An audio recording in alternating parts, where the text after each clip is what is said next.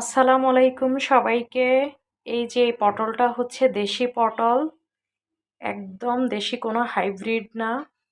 এই পটলটাকে বলা হয় আবার কাতলা পটল। কাতলা সিম যেমন আছে, কাতলা পটলও আছে।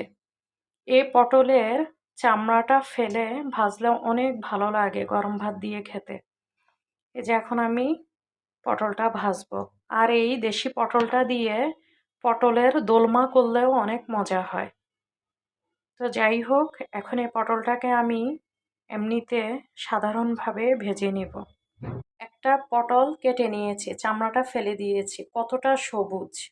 এই পটলটা এই কারণেই ভালো লাগে, একদম ন্যাচারাল একটা কালার, সবুজ একটা কালার। এটার ভিতরটা কাটলেও ভালো লাগে, তেমন বিচি হয় না, পুরোটাই মাংস। এই যে পটলটা এভাবে কেটে নিয়েছি, এখন হলুদ মরিচ মাখিয়ে এটাকে ভেজে নিব। পটলটা এত সবুজ, এত সুন্দর পটলটা,